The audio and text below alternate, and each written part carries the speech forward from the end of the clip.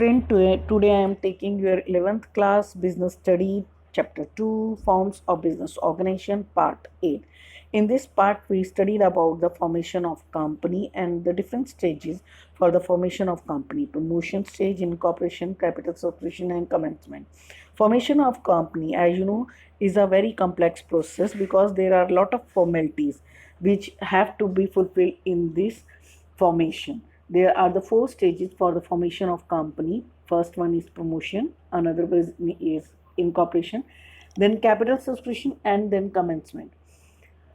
First two stages are compulsory for each type of joint stock company, whether it is private or public. These two stages are run or completed by the person that is called the promoter. He is the father of joint stock company, means the person. It may be a individual personality, it may be a group of persons or peoples which are helpful for making a company, for finding out the idea of a company. So the first stage, that is called the promotion, and we can also say the functions of promoter. In the first stage of promotion, promoter identify the business opportunity. That is the first step of promotion stage. In this, the promoter find out the idea or conceive an idea to start the business.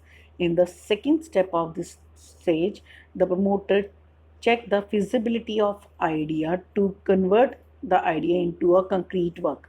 In this, he take the feasibility test of technological feasibility, means the idea can be easily convert into a physical form. दूसरा था financial feasibility, means finding out that the capital requirement or fund requirement for the this business can be easily available. And in the third feasibility test, that is called the economic feasibility, we check that the idea should be a profitable for the business. If there is no profitability, then a business का तो कोई फायदा ही नहीं ना फिर. ठीक है. In the next step, third step, that is called the name approval. The promoter get the name approval from the registrars of the company, that the name of the organization, it means joint stock company, is identical, different, and do not recognized by any government or religious or any sentimental of the ones. ठीक है. अगला जो है वो है fixing up signatory of memorandum of association. As you know, the memorandum of association is the main document of the company, और उस पर जितने भी फर्स्ट बोर्ड ऑफ डायरेक्टर्स होते हैं वो सारे साइन करते हैं. तो उन सभी डायरेक्टर्स को की रिटर्न कंसेंट लेना, ताकि जब भी कभी कंपनी फॉर्मेट हो, इंडिपेंडेंटली रन करे, तो वो हमारी ऑर्गेनाइजेशन में as a board of director काम कर सकें, और का ऑर्गेनाइजेशन के क्वालिफाइड शेयर जो कंपनी एक्ट के अकॉर्डिंग नेसेसरी हैं वो खरीद सकें. And the next, appointment of professional other professionals bodies, जैसे chief engineers, chartered accountant, auditors, solicitors, उनको भी अपॉइंट करना. अब क्योंकि कंपनी तो फॉर्मेट हुई नहीं है, तो हम उनसे रिटर्न कंसेंट ले सकते हैं कि जब भी कभी कंपनी बनेगी तो वो हमारी कंपनी में फुल टाइम या पार्ट टाइम, जैसा भी उनके कॉन्टेक्ट में होगा वैसे वो कंपनी को ज्वाइन करेंगे. और ये सारे काम कौन करवाता है? प्रमोटर. इसीलिए इसको हम प्रमोटर के फंक्शंस भी कहते हैं. नेक्स्ट जो है, next and the last step of the promotion stage, that is called the preparation of necessary document. वो सारे डॉक्यूमेंट जो कि हमें अगली स्टेज इनकॉर्पोरेशन में ज़रूरी हैं, क्योंकि वो हमें सबमिट करवाने हैं रजिस्ट्रार के पास, उन सभी डॉक्यूमेंट को प्रिपेयर करना. अब वो डॉक्यूमेंट कौन से हैं? देखिए, पहला है मेमोरेंडम ऑफ एसोसिएशन. ये एक डॉक्यूमेंट है कंपनी का, जिसमें कंपनी की पावर्स और ड्यूटीज़ प्रिस्क्राइब की जाती हैं. ठीक है. यानी कि पैरामीटर वॉल्स होते हैं कंपनी के, वो डिफाइन किए जाते हैं. और हर कंपनी का ये अपना डॉक्यूमेंट होता है. इसमें डिफरेंट डिफरेंट टाइप की क्लॉजेस होती हैं, जैसे नेम क्लॉज, जिसमें नेम जो है वो कंपनी का लिखा जाता है, उसको उसका सर्टिफिकेट साथ में लगाया जाता है. रजिस्टर्ड ऑफिस क्लॉज, जिसमें का मतलब होता है कि कंपनी जहाँ जिस भी स्टेट में या डिस्ट्रिक्ट में अवेलेबल है या एग्जिस्ट करती है, तो वहाँ से उसका रजिस्ट्रेशन होगा, तो उसका एड्रेस. कैपिटल क्लॉज, अलग अलग टाइप की जो कैपिटल कंपनी में डिस्क्राइब की हुई है वो डिफ़ाइन की जाती है. लायबिलिटी क्लॉज में शेयर होल्डर्स की लायबिलिटीज़ को डिफ़ाइन किया जाता है डिटेल में, ऑब्जेक्टिव क्लास में सभी ऑब्जेक्टिव, चाहे वो मेन हो, चाहे वो सब ऑब्जेक्टिव या अदर ऑब्जेक्टिव हो, वो सब डिफाइन किए जाते हैं। और एसोसिएशन क्लास में बोर्ड ऑफ डायरेक्टर के बारे में डिटेल्स जो है प्रिस्क्राइब की जाती है कि वो कितने बोर्ड ऑफ डायरेक्टर्स हैं, उनके नेम, एड्रेस, क्वालिफिकेशन और उन्होंने कितने क्वालिफाइड शेयर लिए और उनके सिग्नेचर, ये सारे डॉक्यूमेंट तैयार किए जाते हैं। फिर दूसरा जो डॉक्यूमेंट है, ये सारी जो ऊपर की डिटेल थी वो मेमोरेंडम ऑफ एसोसिएशन की थी। और दूसरा जो डॉक्यूमेंट है वो है आपका आर्टिकल ऑफ एसोसिएशन। ये कंपनी का इनर डॉक्यूमेंट होता है जो कि प्रमोटर ही तैयार करता है। अगर आप नहीं बना पाते इस कंपनी को ही, तो वो कंपनी एक्ट में टेबल ए के अंदर 99 आर्टिकल ऑफ एसोसिएशन है, उनका में से कोई एक या उनमें से कोई कॉम्बिनेशंस भी चाहे तो ले सकती हैं।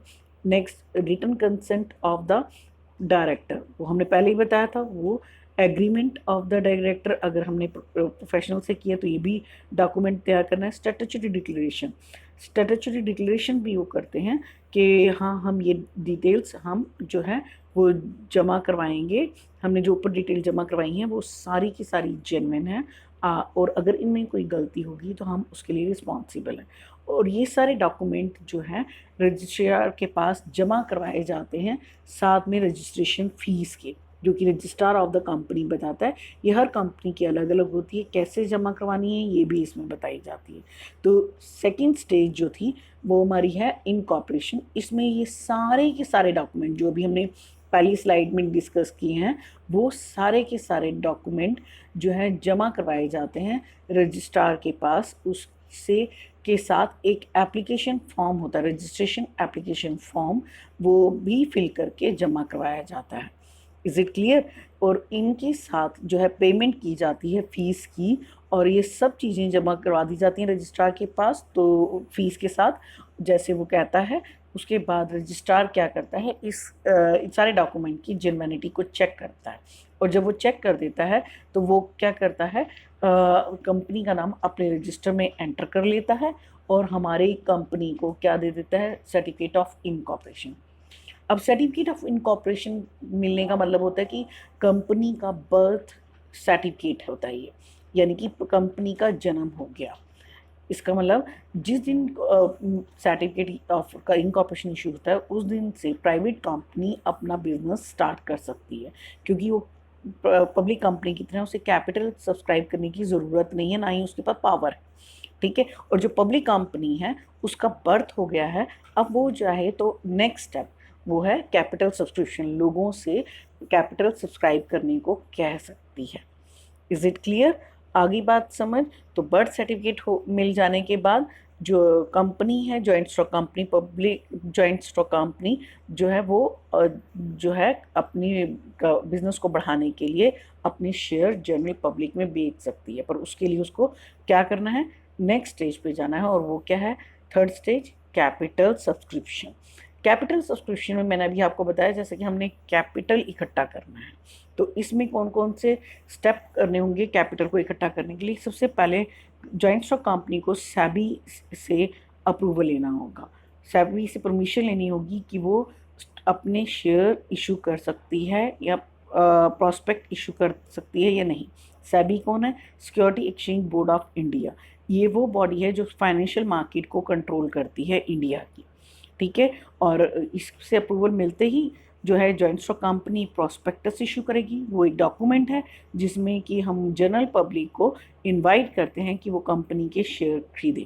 पूरी डिटेल दी जाती है कंपनी के प्रेजेंट की और फ्यूचर प्लान्स की, बोर्ड ऑफ डायरेक्टर्स की सारी डिटेल, ताकि लोग कंपनी में पैसा लगा सकें थ्रू द शेयर्स और सिक्योरिटीज़। नेक्स्ट जो है फिर कंपनी क्या करती है, प्रोस्पेक्ट इशू करते ही कंपनी ब्रोकर, बैंकर और अंडरराइटर को अपॉइंट करती है। ब्रोकर वो होते हैं जो कंपनी के शेयर्स बेचेंगे जो मार्केट में हमने निकाले हैं इशू। बैंकर्स वो होते हैं जो कंपनी के बिहाफ पर कंपनी की जो कैपिटल सब्सक्रिप्शन के लिए हम लोग एप्लीकेशन लगाएंगे तो वो एप्लीकेशन अमाउंट को रिसीव करेंगे, और आगे प्रूफ के लिए जो है मिनिमम सब्सक्रिप्शन का प्रूफ और डिटेल का प्रूफ जो है आगे फॉरवर्ड करेंगे जब कभी भी कंपनी को रिक्वायरमेंट होगी। और अंडरराइटर वो लोग होते हैं जो कि कंपनी के बचे हुए शेयर जो कि कंपनी नहीं बेच पाती है, जनरल पब्लिक नहीं खरीद पाती क्योंकि कंपनी नहीं है, तो वो उन शेयर्स को खरीद कर कंपनी की आगे की मिनिमम सब्सक्रिप्शन की रिक्वायरमेंट को पूरा करते हैं ताकि कंपनी फर्दर जो है मूव कर सके। अदरवाइज मिनिमम सब्सक्रिप्शन की रिक्वायरमेंट पूरी नहीं होगी तो कंपनी आगे नहीं बढ़ेगी। चलिए, तो नेक्स्ट स्टेप क्या है, मिनिमम सब्सक्रिप्शन। यानी कि इसमें कंपनी जो होती है वो बैंकर से सर्टिफिकेट लेके सेबी के पास ही जाती है और बताती है कि उसके बैंक में या उसके 90% कैपिटल सब्सक्रिप्शन जो है उसकी वो पूरी हो चुकी है। ठीक है, हर कंपनी को जितना भी उन्होंने कैपिटल सब्सक्राइब किया है उसका 90% जब सब्सक्रिप्शन आ जाए तो वो अपने शेयर्स को जो है कंपनी का नाम लिस्टेड करवाती है किसी भी स्टॉक एक्सचेंज में।